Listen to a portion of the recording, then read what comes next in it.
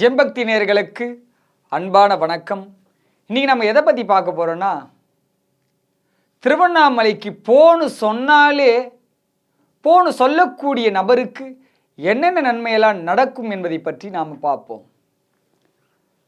தெளிவு குருவின் திருமேனி காண்டல், தெளிவு குருவின் திருநாமம் செப்பல், தெளிவு குருவின் திருவார்த்தை கேட்டல், தெளிவு குரு ஒரு சிந்தித்தல் தானே, தெளிவு குரு ஒரு சிந்தித்தல் தானே. சிவாய நம. திருச்சிற்றம்பலம். திருவண்ணாமலைக்கு யாராவது ஒருவரை சொன்னாலே அப்படி என்ன நடக்கும்? இல்லை யாரையாவது கோயிலுக்கு சொல்லலாமா? அண்ணாமலையார் கோவிலுக்கு யாரையாவது சொன்னால் என்னென்ன நன்மையெல்லாம் தெரியுமா நடக்குமா? யாராவது ஒருவர் தன்னுடைய தகப்பனையே கொலை செய்திருந்தாலும், தன்னை சிவத்தோடு இணைக்கும் குருவை நிந்தித்து குரு துரோகம் செய்திருந்தாலும், களவு, பொய், வஞ்சகம், கொளவு, இப்படி தவறான செயல்கள் முன்பே செய்திருந்தாலும், இந்த அண்ணாமலையார் கோவிலுக்கு நீங்க சொன்னாலே இப்பேற்பட்ட பாவம் எல்லாமே போகிடுமா? ஏன் இப்பேற்பட்ட பாவம்லாம் போகும் நான் சொல்றேன்னா, குருவுக்கு துரோகம் செய்தால் அவ்வளவு எளிதில் பாவமானது போகவே போகாது. பிறவியாக தொடர்ந்துட்டே வரும். தன்னுடைய தாய் தந்தையருக்கு ஏதாவது ஒரு தீங்கு பெரிதாக இழைத்திருந்தாலும் சரி, நம்முடைய காலகட்டத்தில் பெரிய துன்பத்தை தந்துரும். இப்பேற்பட்ட பாவத்தையே திருவண்ணாமலைக்கு இந்த சொல்லக்கூடிய இந்த வார்த்தையே இப்பேற்பட்ட பாவத்தை அழிக்குதுன்னா, அப்ப இந்த திருவண்ணாமலைக்கு போனா எவ்வளவு நல்லது நடக்கும்? திருவண்ணாமலைக்கு சொன்னாலே இப்பேற்பட்ட நன்மை நடக்குமா? அப்ப திருவண்ணாமலைக்கு போகாதுன்னு சொன்னா எப்பேற்பட்ட துன்பம் சாரும் என்பதையும் நாம கவனிக்கணும்.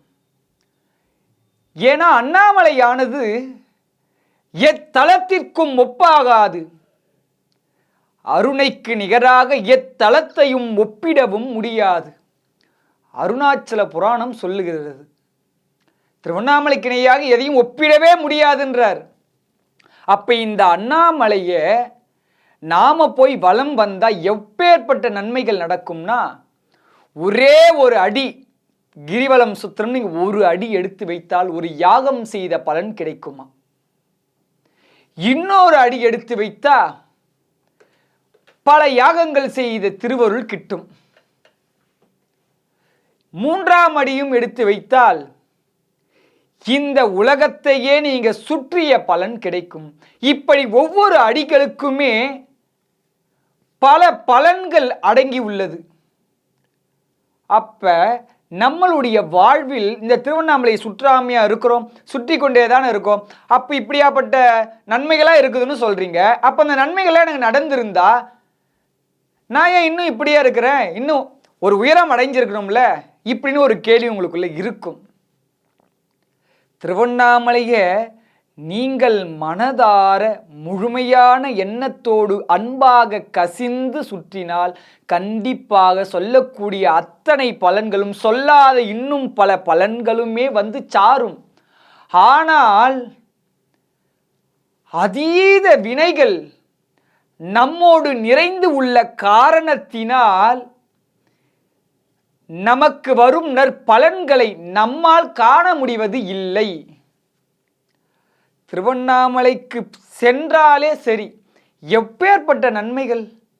ஒரு விஷயத்தில் அடக்கவே முடியாது. அருணாச்சல புராணத்தை ஒரே ஒரு சின்ன விஷயத்தில் அடக்க முடியாது.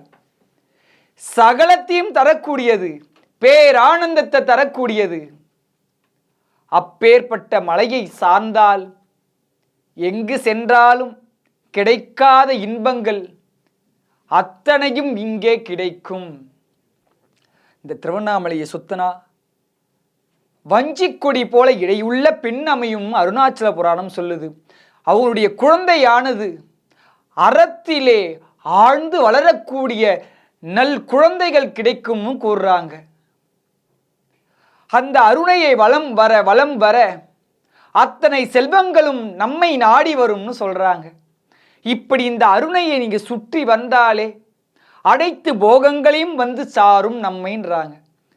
இப்போ இந்த அருணையை நம்ம ஏன் சுற்றாம இருக்கணும்? மாதத்திற்கு ஒரு முறை சுற்றினா போதுமா? உங்களுக்கு வாய்ப்பு இருக்கும் பொழுது எல்லாம் முடிந்தால் நீங்கள் சென்று வலம் வருவது மிகவும் சிறப்பு.